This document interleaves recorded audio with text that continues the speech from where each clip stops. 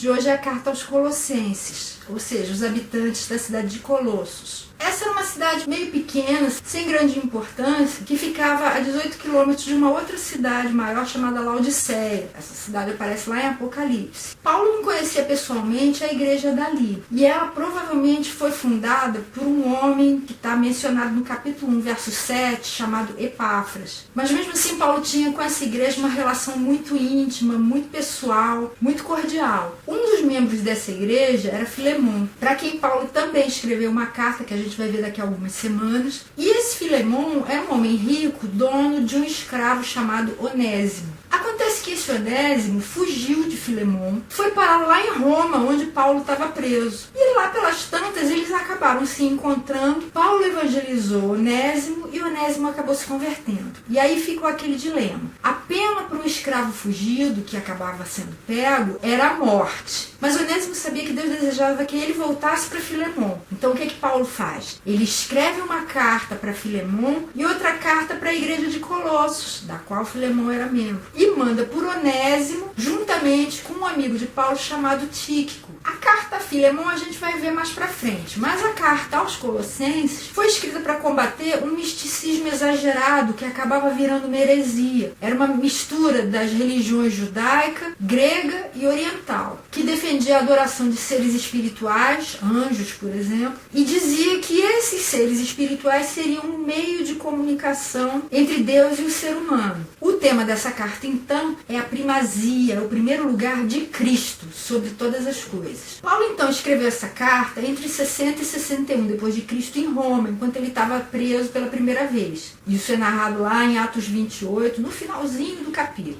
E o nome do livro no grego é Pros Colossais, significa aos Colossenses. Os versos-chave, que são aqueles que sintetizam a ideia principal dessa carta, estão no capítulo 1, de 15 a 18, falando de Jesus. Ele é a imagem do Deus invisível, o primogênito sobre toda a criação, pois nele foram criadas todas as coisas nos céus e na terra, as visíveis e as invisíveis, sejam tronos ou soberanias, poderes ou autoridades. Todas as coisas foram criadas por ele e para ele. Ele é antes de todas as coisas, e nele tudo subsiste. Ele é a cabeça do corpo, que é a igreja. É o princípio e o primogênito dentre os mortos, para que em tudo tenha a supremacia. E uma das formas pelas quais a gente pode dividir esse livro é em duas partes. A primeira, do capítulo 1 ao 2, mostra a supremacia de Cristo, como ele é superior a todas as coisas, a todas as criaturas, a qualquer ser que existe. E a segunda parte são os capítulos 3 e 4 e mostram a submissão a Cristo. Já que ele é superior a tudo, então vamos nos submeter a ele. E Jesus é visto aqui nesse livro como o centro de todas as coisas. Está justamente nesses versos que são os versos-chave. E mais um pouquinho. Vamos ler o capítulo 1, dos versos 13 a 20. Pois ele nos resgatou do domínio das trevas e nos transportou para o reino do seu Filho amado, em quem temos a redenção, a saber, o perdão dos pecados. Ele é a imagem do Deus invisível, o primogênito sobre toda a criação, pois nele foram criadas todas as coisas nos céus e na terra, as visíveis e as invisíveis, sejam tronos ou soberanias, poderes ou autoridades. Todas as coisas foram criadas por ele e para ele. Ele é antes de todas as coisas, e nele tudo subsiste. Ele é o cabeça do corpo, que é a igreja, é o princípio e o primogênito dentre os mortos, para que em tudo tenha supremacia, pois foi do agrado de Deus que nele habitasse toda a plenitude, e por meio dele reconciliasse consigo todas as coisas, tanto as que estão na terra, quanto as que estão nos céus, estabelecendo a paz pelo seu sangue derramado na cruz. E o Evangelho de João mostra bem claramente todas essas coisas. No capítulo 1, João fala assim: no princípio era aquele que é a palavra, ele estava com Deus e era Deus, ele estava com Deus no princípio. Todas as coisas foram feitas por intermédio dele. Sem ele, nada do que existe teria sido feito. Nele estava a vida, e essa era a luz dos homens. A luz brilha nas trevas, e as trevas não a derrotaram. E a partir do verso 10 ele volta. Aquele que é a palavra estava no mundo, e o mundo foi feito por intermédio dele. Mas o mundo não o reconheceu. Veio para o que era seu, mas os seus não o receberam. Contudo, aos que o receberam, aos que creram em seu nome, deu-lhes o direito de se tornarem filhos de Deus, os quais não nasceram por descendência natural, nem pela vontade da carne, nem pela vontade de algum homem, mas nasceram de Deus. Aquele que é a palavra tornou-se carne e viveu entre nós. Vimos a sua glória, glória como do unigênito vindo do Pai, cheio de graça e de verdade. E ele mostra também, lá durante a última ceia, quando Jesus estava conversando com os seus discípulos e preparando cada um deles para as coisas que viriam logo em seguida, sua prisão, sua morte e sua ressurreição. No meio dessa conversa toda, Filipe chega para ele no capítulo 14 e fala assim: Senhor, mostra-nos o Pai, e isso nos basta. E olha o que Jesus respondeu: você não me conhece, Filipe, mesmo depois de eu ter estado com vocês durante tanto tempo? Quem me vê, vê o Pai. Como você pode dizer, mostra-nos o Pai? E é isso que Paulo está falando aqui em Colossenses. Jesus é a imagem visível do Deus invisível. Você quer ver Deus? Olhe para Jesus. Jesus é Deus conosco, é Deus andando, é Deus comendo, é Deus dormindo, é Deus chorando, é Deus fazendo milagres aqui. É Deus conversando com as pessoas, é Deus presente em todas as circunstâncias. E é o mesmo Deus que falou no finalzinho de Mateus: estou com vocês todos os dias, até a consumação do século. E esse livro também tem várias lições para nós. A primeira delas é que a gente, às vezes, fica muito afoito, aflito, querendo falar de Jesus para as pessoas, mas a gente não pode inverter a ordem, não. Olha só, no capítulo 2, verso 7, Paulo fala assim: portanto, assim como vocês receberam Cristo Jesus, o Senhor, continuem a viver nele, enraizados e edificados nele, firmados na fé, como foram ensinados, transbordando de gratidão. A vida que Jesus dá para nós, a gente só recebe se a gente estiver grudado nele, como um ramo que está enxertado numa videira. A gente precisa se alimentar de Jesus para que a gente possa ter essa vida. Essa vida, no capítulo 3, verso 3, é descrita assim: vocês morreram e agora a sua vida está escondida com Cristo em Deus. É uma vida interior, é uma vida que se desenvolve dentro do nosso coração, dentro do nosso espírito. E só depois, como consequência, acontece o que está no capítulo 4, verso 5. Sejam sábios no procedimento para com os de fora. Aproveitem ao máximo todas as oportunidades. Você quer aproveitar as oportunidades para falar de Jesus para as outras pessoas? Então, primeiro, você tem que se alimentar dele. Você tem que desenvolver essa vida interior que está escondidinha. Só você e Deus conhecem. Você tem que desenvolver isso através de uma vida de oração, uma vida de leitura da Bíblia, uma vida de meditação a respeito de quem Deus é, de quem Jesus é, daquilo que ele faz por você, continua fazendo e ainda vai fazer. A partir disso é que você vai estar pronto para falar a respeito dele para as outras pessoas, para que elas também possam ter essa mesma vida maravilhosa que você já recebeu. E a outra lição é que seja o que for que vier parar na sua mão para você fazer, faça com toda a dedicação, com todo o afinco. Porque, na verdade, o que você vai fazer não vai ser para quem pediu para você. Vai ser para Deus, vai ser para Jesus. Olha o que Paulo escreveu no capítulo 3, verso 23. Tudo o que fizerem, façam de todo o coração, como para o Senhor e não para os homens. Porque, na verdade, é para o Senhor. Olha o que ele fala na continuação. Sabendo que receberão do Senhor a recompensa da herança. É a Cristo, Senhor, que vocês estão servindo. Quando a gente está servindo as outras pessoas, a gente está servindo a Jesus. Jesus falou lá em Mateus, quando ele estava falando como ia ser na volta dele, ele disse que ele ia separar os seres humanos em dois grupos. Para um grupo ele ia falar: venham benditos do meu Pai, para o reino que está preparado para vocês desde antes da fundação do mundo, porque eu tive fome, vocês me deram de comer, tive sede, vocês me deram de beber, tive nu, vocês me vestiram, tive preso, tive doente, vocês foram me visitar, tive necessitado, vocês me assistiram. E aí eles vão perguntar: mas quando foi que a gente te viu assim e a gente fez isso para você? E ele vai dizer: todas as vezes que vocês fizeram a qualquer um dos meus pequeninos irmãos, foi para mim que vocês fizeram. Para outro grupo ele vai falar: afastem-se de mim, malditos, porque eu tive fome, tive sede, tive nu, tive preso, tive doente, tive necessitado e vocês não fizeram nada. E quando foi que a gente te viu assim e a gente agiu dessa forma? E Jesus vai falar: todas as vezes em que vocês deixaram de fazer para alguns dos meus pequeninos irmãos, foi para mim que vocês deixaram de fazer. Então, todas as vezes que a gente faz ou deixa de fazer alguma coisa,